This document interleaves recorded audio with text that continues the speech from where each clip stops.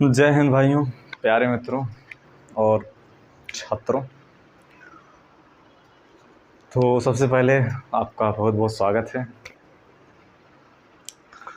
और आज अपन वही पुरानी सीरीज़ में डिस्कस करने वाले हैं।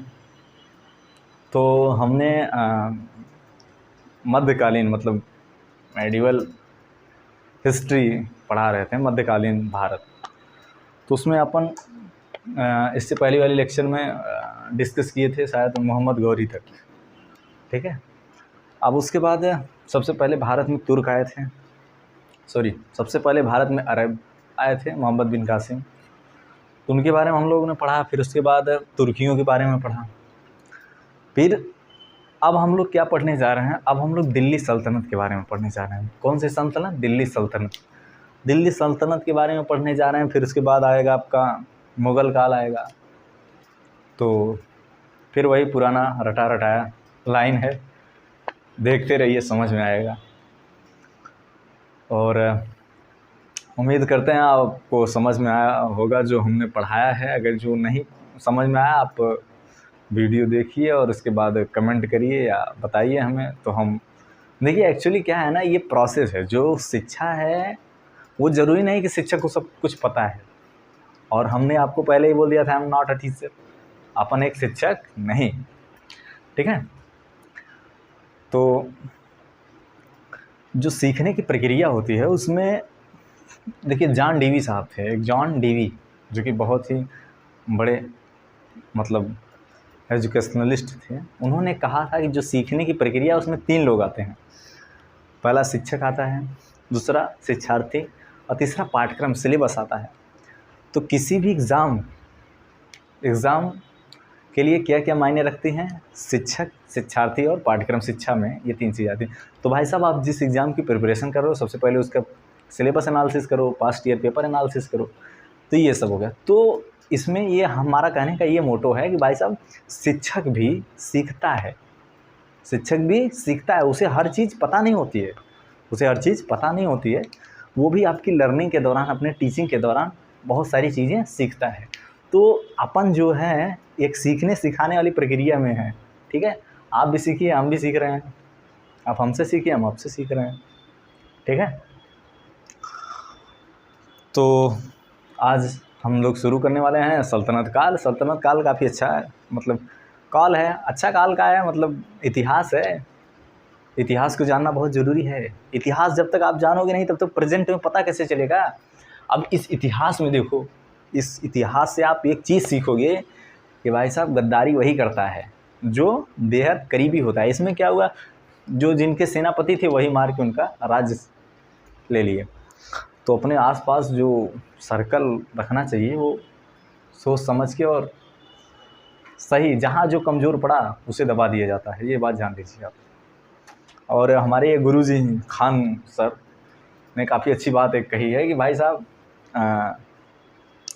उनका एक काफ़ी अच्छा कोट था। हम क्लास कर रहे थे, उसमें उन्होंने बोला, जो कि हमें काफ़ी अच्छा लगा। तो हमने सोचा आप लोगों को भी बताना चाहिए उसको, कि ज़मीन पे बैठने के लिए आसियाँ ज़रूर बना लेना चाहिए, क्योंकि आसमान में बैठने की जगह नहीं होती है। ज़मीन पर एक आसियाँ ज़रूर बना लेना चाहिए, क्योंकि आसमान में बैठने की जगह नहीं होती है, ठीक है। इसका मतलब आप लोग समझते रहिएगा।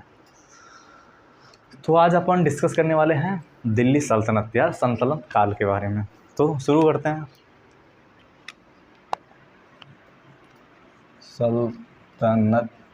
सल्तनत दिल्ली सल्तनत काल।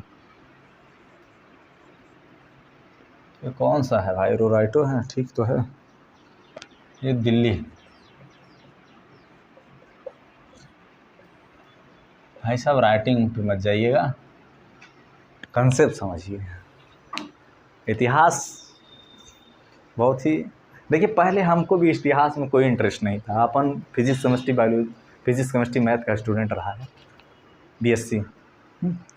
तो अपन को भी इतिहास में कोई इंटरेस्ट नहीं था। बट कुछ ऐसी टीचर मिले या कुछ ऐसा बुक हुआ, कुछ ऐसी ज़रूरतें हुई जिसे हमको ये पढ़ना पड़ रहा है।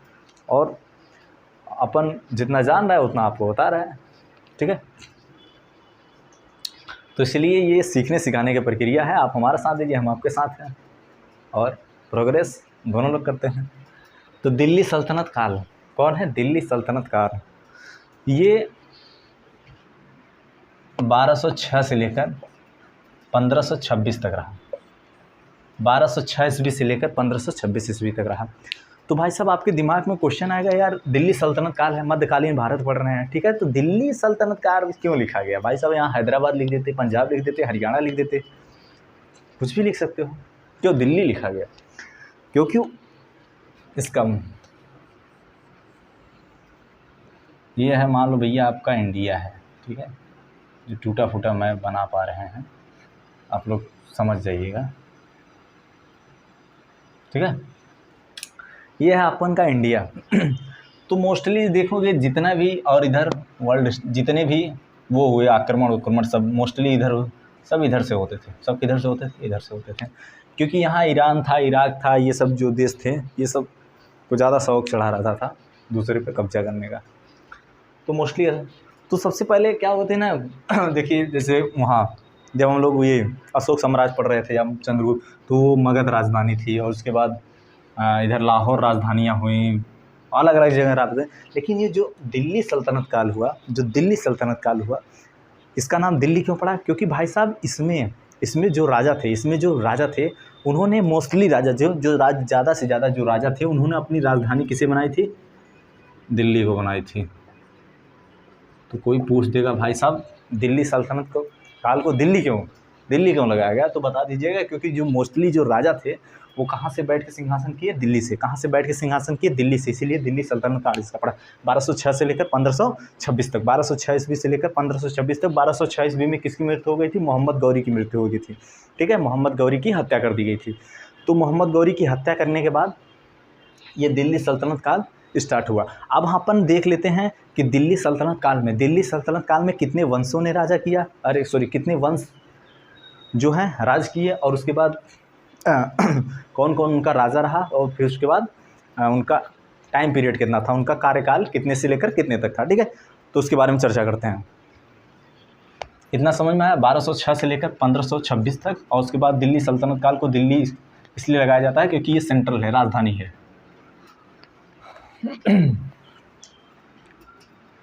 तो अब हम जानने वाले हैं कि दिल्ली सल्तनत काल में कौन कौन सा वंश हुआ। वंश का मतलब क्या हुआ कि जैसे जो राजा थे वो आते थे और यहाँ अपने अकॉर्डिंग लगा देते थे, अपना वंश लगा देते थे। जैसे कहते हैं ना कि हम भाई साहब सिंह हैं तो भगवान राम के वंशज हैं, यादव हैं या यदुकुल ये मतलब भगवान कृष्ण के वंशज है, ऐसे ऐसे। तो ये सब भी अपना जो आए राज करने वो अपना वंश बना दिए, उसी के अकॉर्डिंग चल रहा है। तो अपन देख लेते हैं। तो उसका एक ट्रिक है, हमारे खान गुरुजी ने बहुत ही गजब ट्रिक बताया हुआ है, उसको हम आपको बताते हैं। उम्मीद करते हैं आपको समझ में आएगा, आप बस देखते रहिए, ठीक है, आप देखते रहिए। देखिए उनका एक कहना है कि जो स्टूडेंट्स हैं अगर वो कक्षा में नहीं सीख पाते हैं, अगर वो क्लास के दौरान ही नहीं सीख पाते हैं, तो इसमें सारी की रिस्पॉन्सिबिलिटी जो पढ़ा रहा है उसकी होती है। तो उम्मीद करते हैं हम कम पढ़ाएंगे लेकिन आप लोग अच्छे से सीखिएगा, ठीक है। जो जितना बताया जाए उतने के बारे में कम से कम एक बेसिक आइडिया हो जाए। अब उसके बाद आपको भाई साहब कंपटीशन एग्जाम देना है तो प्रैक्टिस तो आपको करनी पड़ेगी, हम तो करेंगे नहीं भाई साहब, एग्जाम तो हमको भी देना है, तो अपन भी प्रैक्टिस करते हैं, ठीक है, ऐसी कोई बात नहीं है। तो अपन का एक मोटो सिर्फ इतना रहता है कि अपन जो बोल रहा है आपको आप सिर्फ नॉर्मली एक वीडियो देखते रहिए, there is no need of pen and copy, only you feed our details in your mind. मतलब आप अपने जो ये डिटेल्स हैं, जो ये सब चल रहा है, इसको अपने मतलब इतना इजी वे में बताया जाए कि आपको ये आपके दिमाग में डायरेक्ट फीड हो जाए, आपको मतलब बहुत ज़्यादा कॉपी पेन लेके नोट्स वोट्स बनाने की सबकी ज़रूरत ना पड़े, ठीक है। तो उस हिसाब से तो दिल्ली सल्तनत काल को दिल्ली क्यों कहा गया? क्योंकि ये दिल्ली भाई साहब राजधानी थी 1206 से लेकर 1526 तक। 1206 से लेकर 1526 तक। 1206 में किसकी मृत्यु हुई? मोहम्मद गौरी की, ठीक है। तो भाई साहब समझ लीजिएगा। अब अपन आते हैं ट्रिक बताते हैं, ट्रिक की बात कर रहे थे तो ट्रिक देखिए क्या था। ये यार चल नहीं रहा है यार बराबर, इसमें इंक डाला गया है तब पर भी नहीं चल रहा है।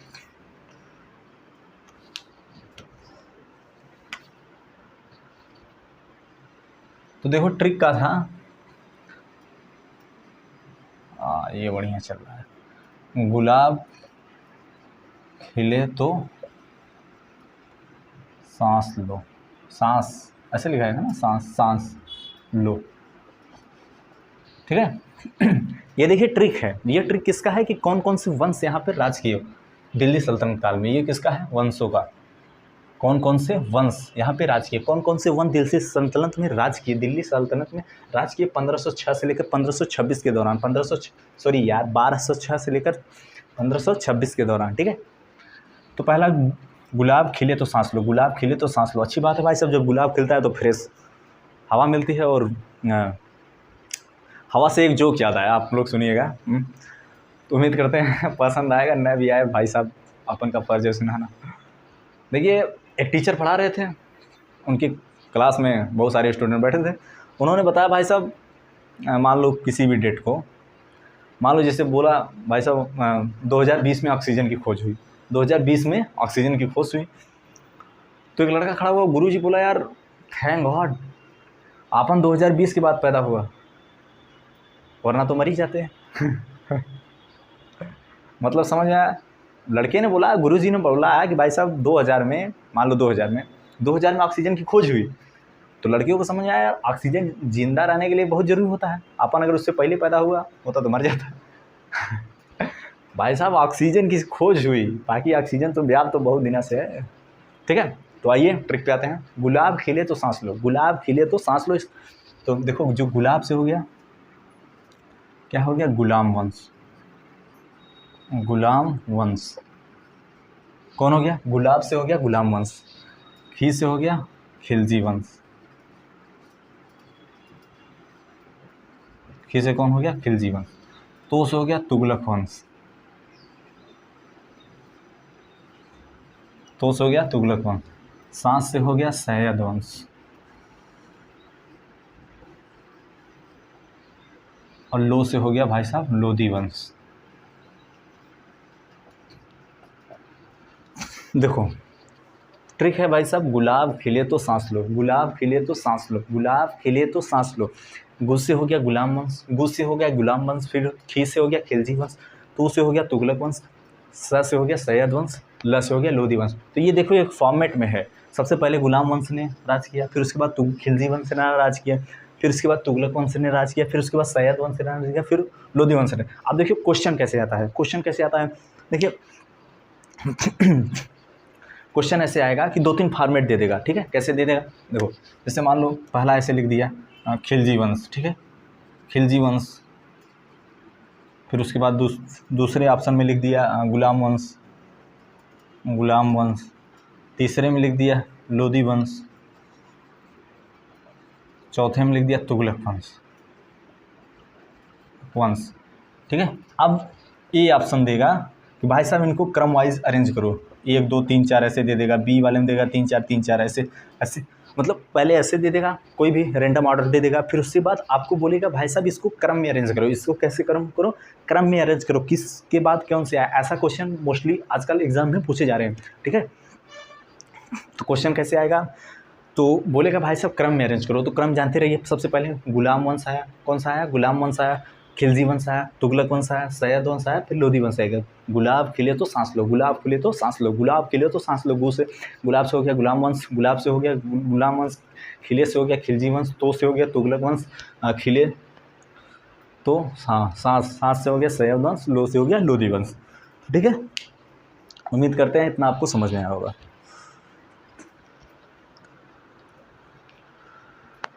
भैया आ गए गुलाम वंश, खिलजी वंश, तुगलक वंश, सैयद वंश और लोधी वंश।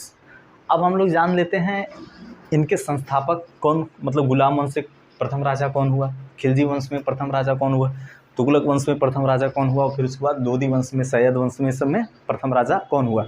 मतलब देखिए जो प्रथम होता है वही क्या होता है, जनरली संस्थापक होता है। जैसे आप किसी चीज़ को किसी चीज़ को आप नया जनरेट करोगे तो आपको यही बोला जाएगा आप उसके संस्थापक हैं। तो देखते हैं गुलाम वंश का संस्थापक कौन था, खिलजी का, तुगलक का, सैयद का और लोधी का, ठीक है। तो इसके लिए भी ट्रिक है, इसके लिए भी ट्रिक है। अब हम लोग देख रहे हैं क्या, संस्थापक, संस्थापक, संस्थापक कौन है, किस वंश के? जिसके लिए ट्रिक है क्या, ऐबक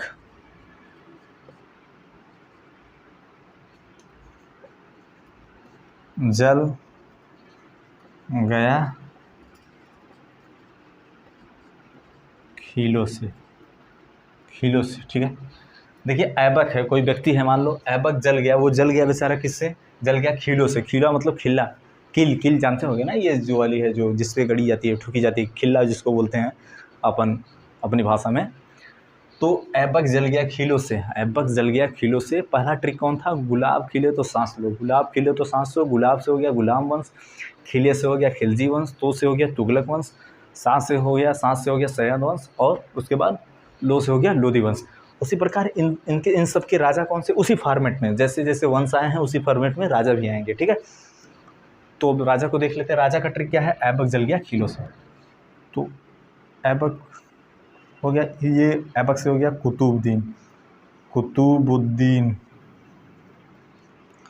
ऐबक, कुतुबुद्दीन ऐबक हो गया। कौन हो गया, कुतुबुद्दीन ऐबक। जल से हो गया जलालुद्दीन, जलालुद्दीन खिलजी। भाई साहब वंश देखते रहिएगा, पहले गुलाम वंश था तो कुतुबुद्दीन ऐबक किसके हुए, गुलाम वंश के। खिलजी वंश के हो गए जलालुद्दीन ऐबक। तुगलक वंश से हो गया, गया से हो गया गयासुद्दीन, गयासुद्दीन कौन, तुगलक, गयासुद्दीन तुगलक, तुगलक वंश के। अब देखो यहाँ से इसको तुगलक हम यहाँ लिख देते हैं, ठीक है।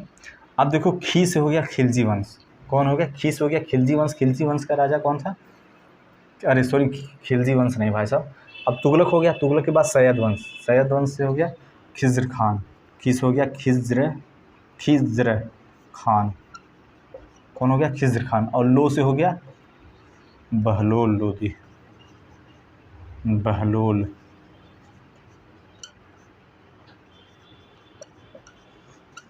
भाई साहब बहलोल लोदी है, बकलोल लोदी नहीं है, ठीक है।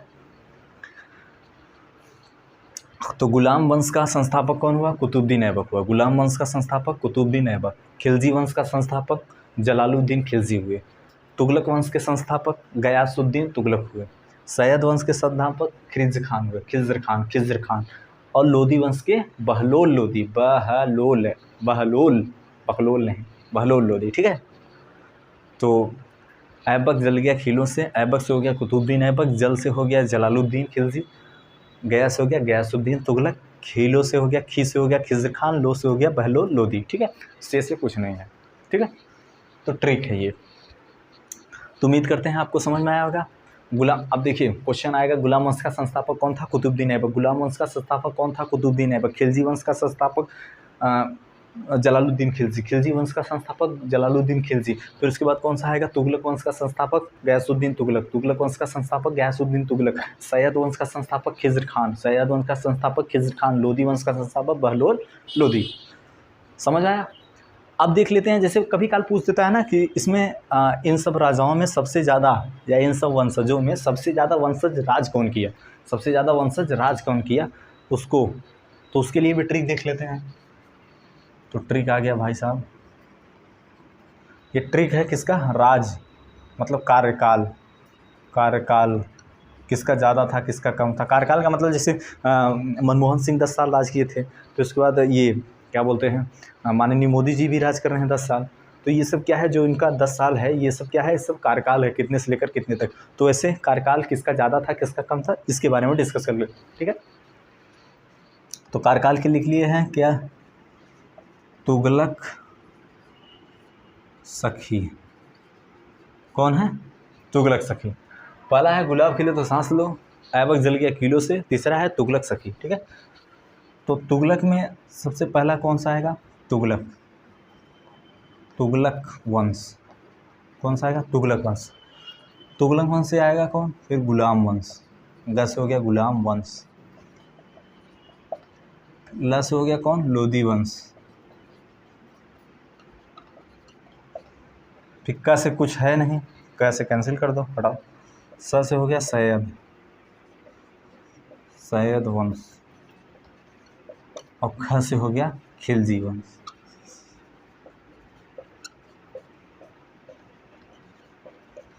यहाँ तक दिख रहा है आपको? अगर दिख नहीं रहा है तो बस आप देख लीजिए इतना।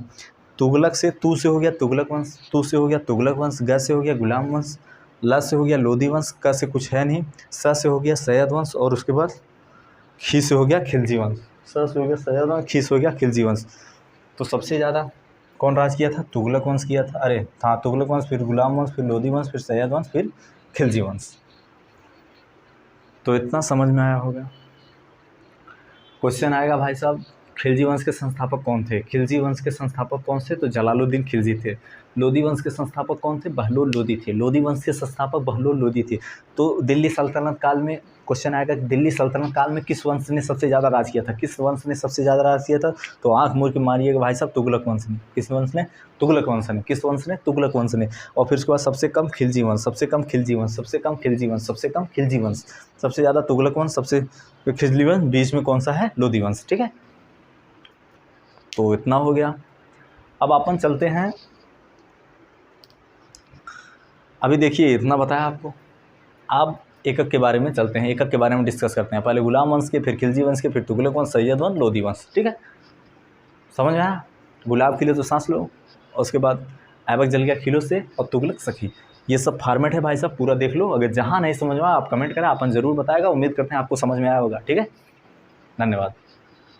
अब आगे बढ़ते हैं, तो गुलाम वंश के बारे में डिस्कस करते हैं। गुलाम वंश क्या है? गुलाम वंश। तो अब जाहिर सी बात है, जब 1206 से लेकर 1526 में इसका कार्यकाल था, तो गुलाम वंश स्टार्ट कहाँ से होगा? गुलाम वंश स्टार्ट कहाँ से हो गया? 1206 से।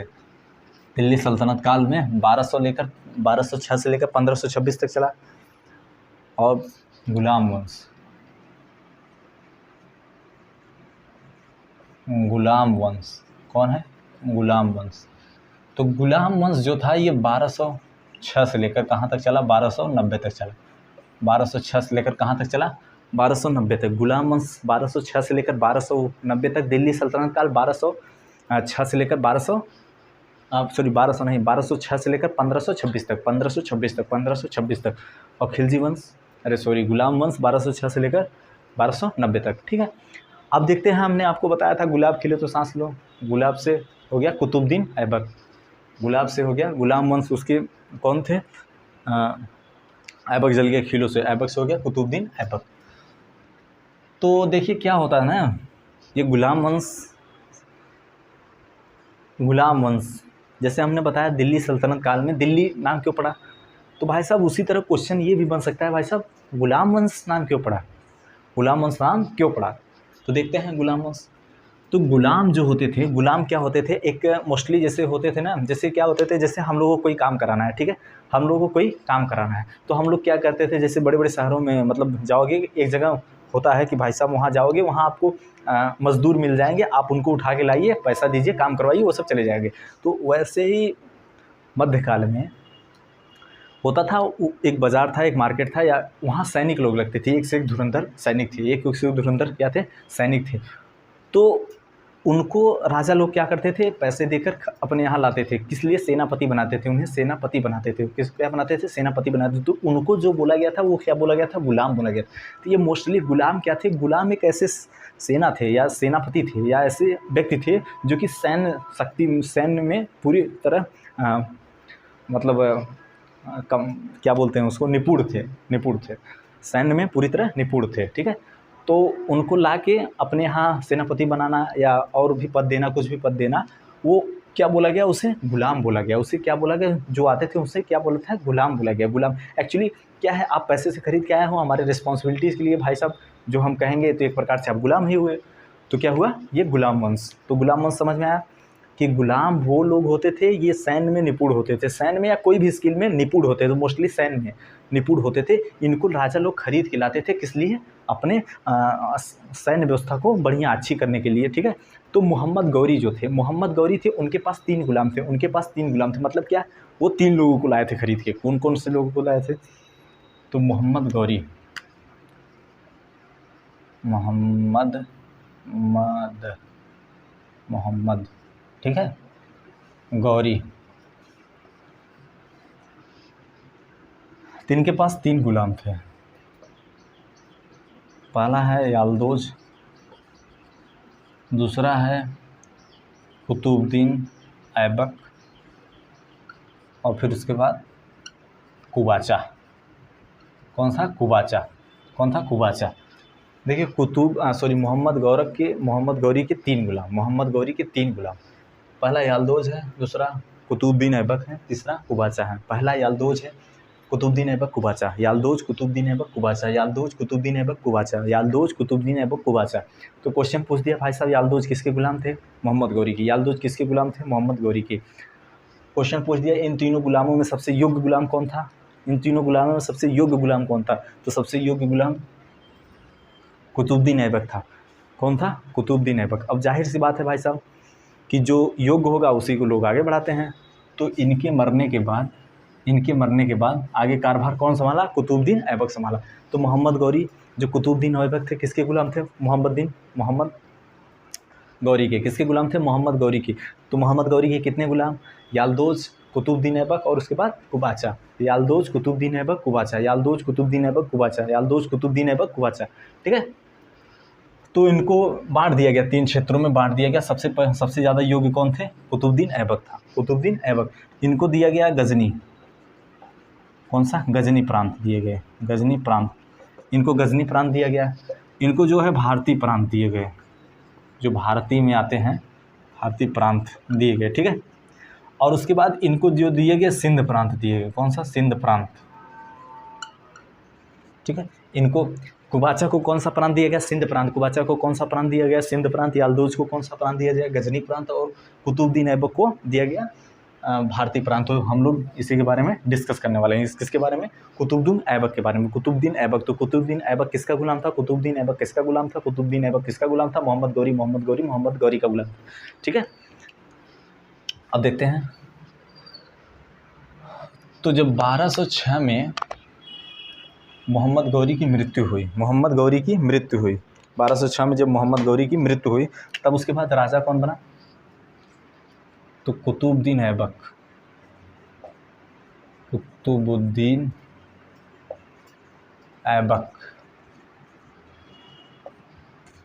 1206 से लेकर 1210 तक इनका कार्यकाल था। 1206 से लेकर 1210 तक इनका कार्यकाल था।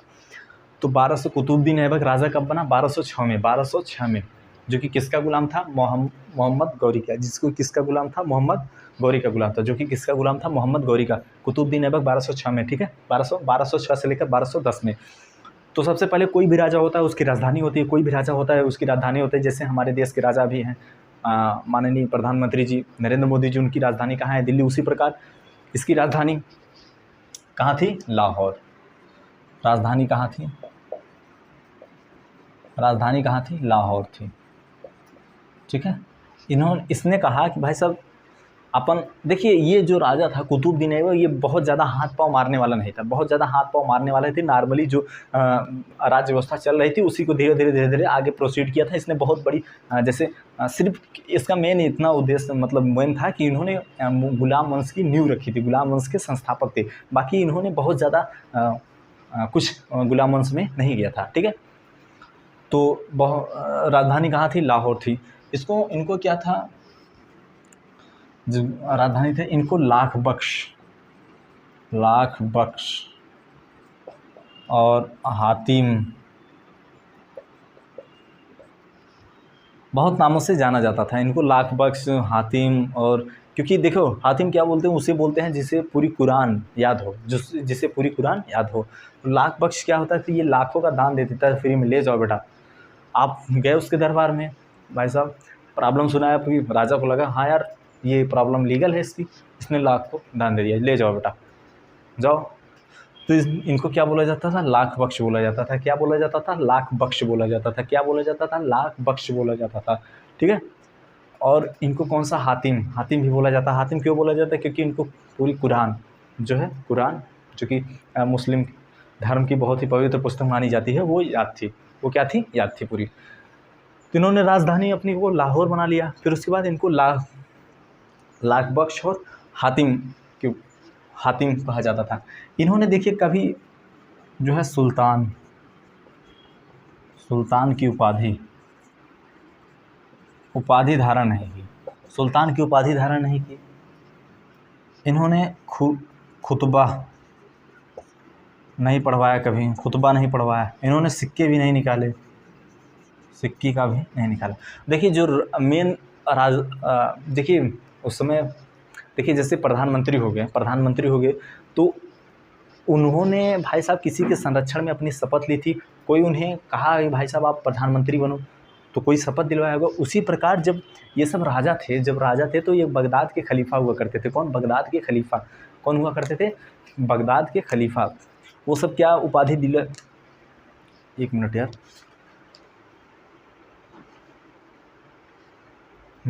बगदाद के खलीफा थे। कौन? बगदाद के खलीफा। वो लोग क्या करते थे? वो उपाधि दिया करते थे।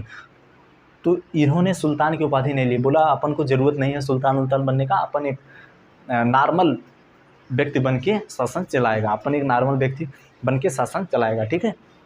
इन्होंने खुतबा क्या होता है? जैसे आज देख लीजिए क्या बोलते हैं हमारे प्रधानमंत्री, यशस्वी प्रधानमंत्री जी माननीय नरेंद्र मोदी जी, भाई साहब कहीं भी कोई स्कीम आ रही है उस पर तुरंत अपना फ़ोटो छप जा रहा है। कोई नई स्कीम आ रही है, कहीं भी जाओ, हॉस्पिटल में जाओ, फ़ोटो देखो।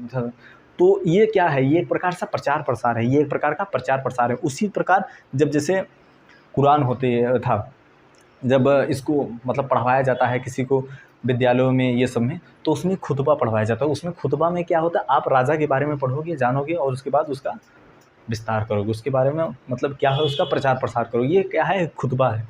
जैसे क्या होता है ना, देखो किसी को अपना प्रचार करना है तो सबसे ज़्यादा क्या है कि भाई साहब आप किसी को पढ़वाओ। जाहिर सी बात है, युवा वर्ग जब तक पढ़ेंगे नहीं तब तक आगे बढ़ेगा कैसे प्रचार प्रसार। तो भी हमारे प्रधानमंत्री जी ने कहा है ना, सबका साथ सबका विकास। अब आप विकास तो देख ही सकते हो भाई साहब, जहाँ उनका एक ड्रीम प्रोजेक्ट है कि सेंट्रल विस्टा, सांसदों के लिए एक नया सचिवालय बन रहा है, सेंट्रल विस्टा। तो भाई साहब आप समझो, नेताओं के लिए सेंट्रल विस्टा बन रहा है। क्या बन रहा है? सेंट्रल विस्टा बन रहा है। और आपके लिए क्या बन रहा है? आम जनता के लिए घर घर शौचालय बन रहा है। सबका साथ सबका विकास। देखिए विकास की भावना हो रही है भाई साहब, आप समझ सकते हो विकास किस लेवल का है। आपके यहाँ शौचालय है, वहाँ सेंट्रल विस्टा। ठीक है, डेमोक्रेसी। आपके यहाँ शौचालय बन रहा है, वहाँ सेंट्रल विस्टा बन रहा है। फर्स्ट क्लास AC लगा होगा, लगेगा आपके शौचालय में भी लगेगा। उड़ाइए मत। तो इसने कभी सुल्तान की उपाधि धारण नहीं की, कुतुबुद्दीन ऐबक। ये नॉर्मल था।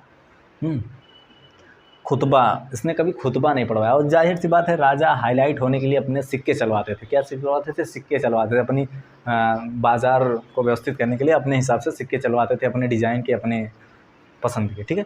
तो इसने भी कहा भाई साहब जो चल रहा है चलने दो, अपन इन सब चीज़ों से इसको मालिक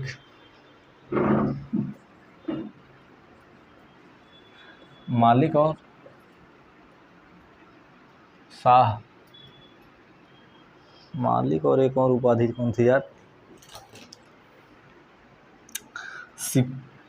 सिपह सलार।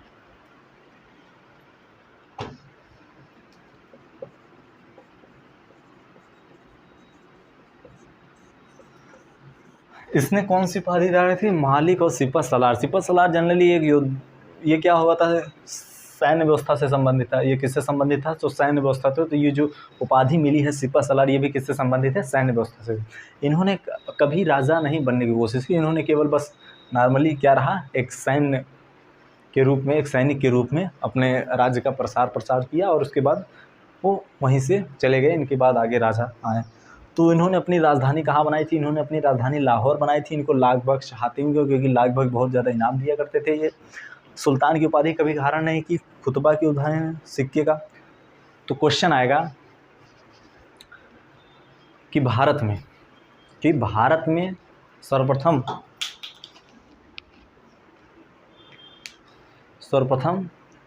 तुर्क वंश का साम्राज्य किसने स्थापित किया था? भारत में सर्वप्रथम तुर्क वंश का साम्राज्य किसने स्थापित किया था?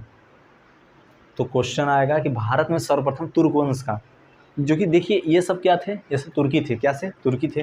तो इन्होंने इससे पहले जो राजा आए थे उन सब का मोटो क्या था, जैसे मोहम्मद गौरी हो गए, उसके बाद महमूद गजनवी हो गए, ये सब क्या थे, ये सब केवल लूट के ले गए थे, वहाँ अपना वंश का प्रचार नहीं किए थे, अपना साम्राज्य नहीं बढ़ाए थे। लेकिन इन्होंने क्या किया कि वंश की स्थापना की।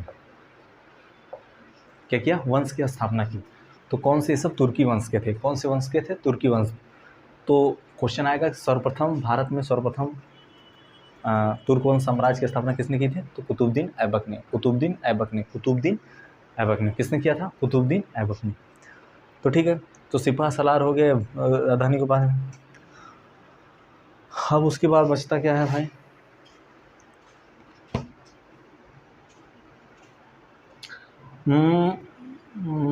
तो हो गया लगभग। अब इसके बाद हमको देखना है कि इन्होंने निर्माण क्या क्या करवाया था। इन्होंने क्या करा? निर्माण क्या क्या करवाया था।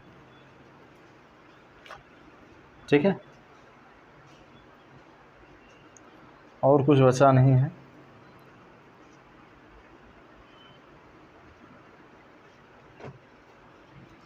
तो अपन अब इनके कंस्ट्रक्शन पे चलते हैं। तो यहाँ समझ लिए कुतुबुद्दीन ऐबक के बारे में बहुत ज़्यादा कुछ नहीं है। लाहौर है, उसके बाद बख्श कहा जाता है, हातिम कहा जाता है, सुल्तान की उपाधि इन्होंने धारण नहीं की, खुतबा नहीं पढ़वाया था। खुतबा क्या होता है? जैसे राजा महाराजा लोग पहले पढ़वाते थे, हर जो मदरसे हुआ करते थे वहाँ अपने बारे में बच्चों को बताने, ये क्या होता था? खुतबा पढ़वाया जाता। सिक्के भी इन्होंने नहीं चलाए थे, जो पुरानी परंपरा चल रही थी उसी पे।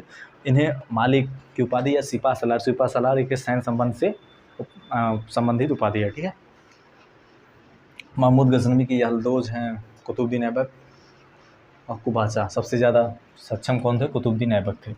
ठीक है,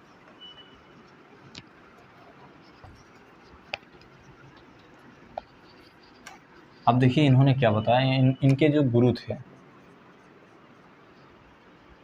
बख्तियार काकी। कौन थे? बख्तियार काकी।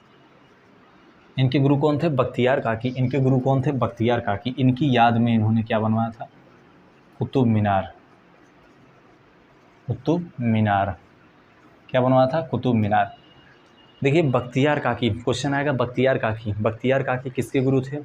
तो कुतुबुद्दीन ऐबक के। किसके गुरु के थे? किसके समकालीन थे? क्वेश्चन ये भी आ जाए, बख्तियार काकी किसके समकालीन थे? भाई साहब कुतुबुद्दीन ऐबक के, क्योंकि इनके गुरु थे। ठीक है, कुतुबुद्दीन ऐबक के गुरु कौन थे? बख्तियार काकी थे। इनकी याद में इसने क्या बनवाया? कुतुब मीनार बनवाया। कुतुब मीनार जो कि बहुत फेमस है। क्या है? कुतुब मीनार।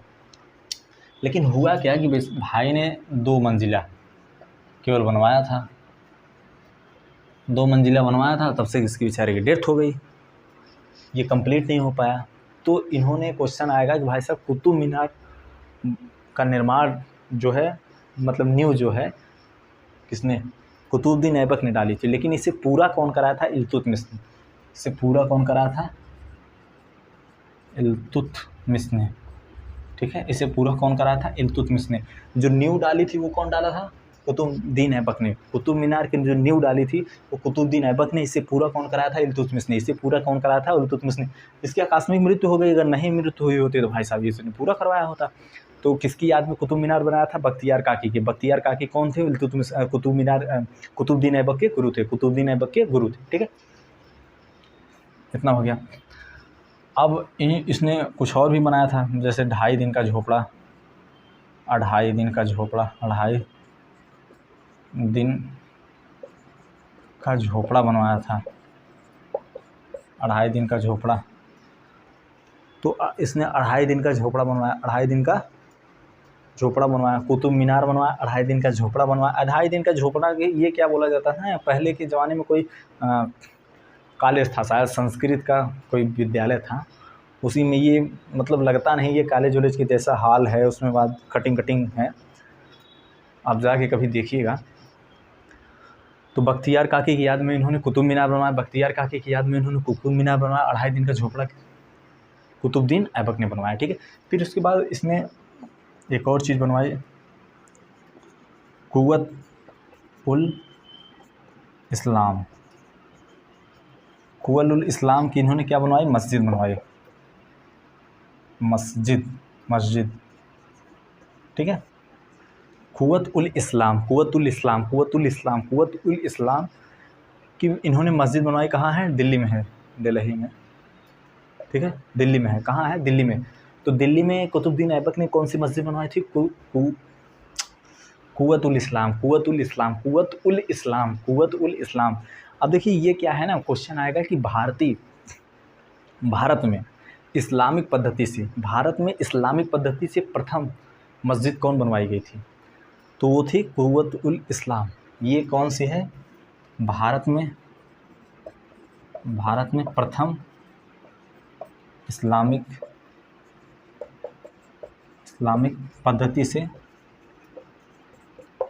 मस्जिद निर्माण,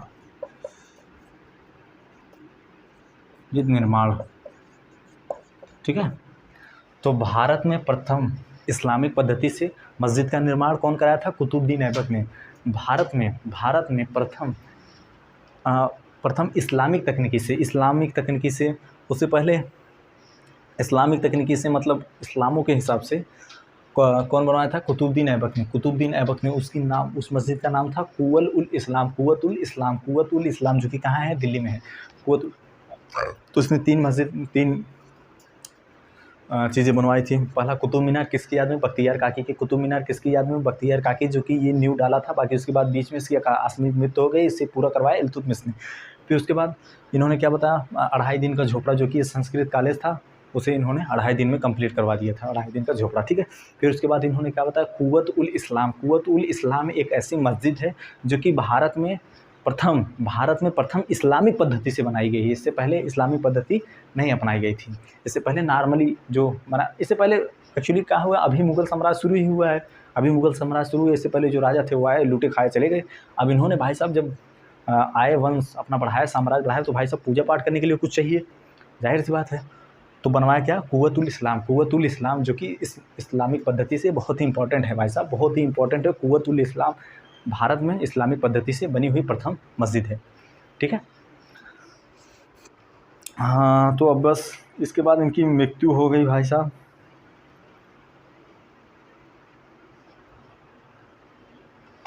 और इनकी 2 जो है रचनाकार थे,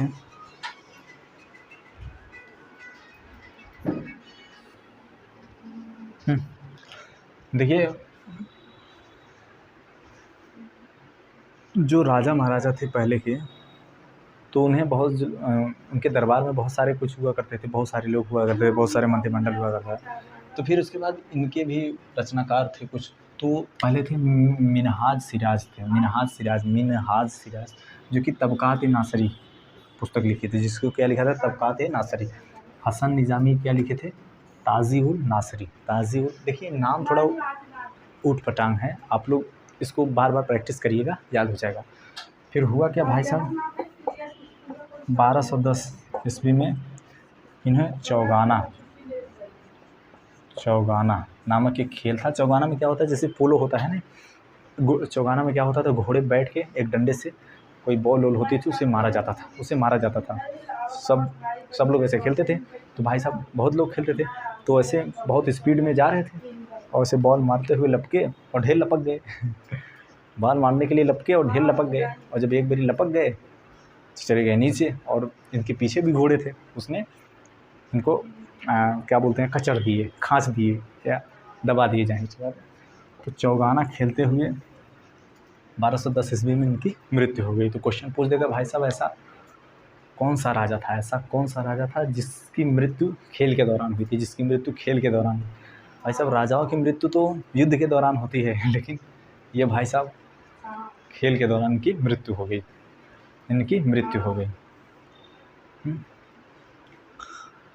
चलिए जौहर, तो खेल के दौरान इनकी मृत्यु हो गई। तो मिनहाज सिराज थे, जो कि तबक़ात नासरी लिखे थे। और उसके बाद हसन निज़ामी जो थे, वो क्या थे, ताजुल नासरी, मिनहाज सिराज जो कि क्या लिखे थे, मिनहाज सिराज तबकात नासरी, मिनहाज सिराज तबकात नासरी थे, हसन निजामी थे ताजुल नासरी तबकात नासरी, ठीक है। अब इनके बाद जो इनके उत्तराधिकारी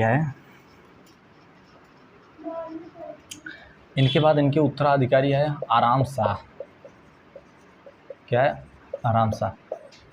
भाई साहब अमित शाह नहीं, अमित शाह तो उत्तराधिकारी हैं प्रधानमंत्री नरेंद्र मोदी जी के, ये आराम शाह थे। कौन थे, आराम शाह, अमित शाह नहीं। कंट्रोल उदय कंट्रोल, अमित शाह नहीं, आराम शाह। कौन, आराम शाह। आराम शाह किसके उत्तराधिकारी हुए, कुतुबुद्दीन ऐबक के। किसके, कुतुबुद्दीन ऐबक के। तो ये अयोग्य शासक थे। कौन से, अयोग्य शासक थे। ये क्या थे, एक अयोग्य शासक थे जो सिर्फ 8 महीने ही कार्यकाल कर पाए। 8 महीने ही कार्यकाल कर पाए, बाकी बाद में इनको इल्तुतमिश ने, कौन, इल्तुतमिश ने टपका दिया। किसने टपका दिया, इल्तुतमिश ने। तो कुतुबुद्दीन ऐबक के बाद जो हुए, आराम शाह हुए। कौन हुए, आराम शाह, वो कि अयोग्य शासक थे, 8 महीने ये कार्यकाल संभाले, फिर उसके बाद इल्तुतमिश इन्हें टपका दिया और 1211 में राजा बन गया। कौन राजा बन गया, इल्तुतमिश। कौन राजा बन गया, इल्तुतमिश। अब इल्तुतमिश राजा बन गया, वो किसका गुलाम होगा, वो कुतुबुद्दीन ऐबक का गुलाम होगा। कुतुबुद्दीन ऐबक किसका गुलाम था, गौरी का गुलाम था।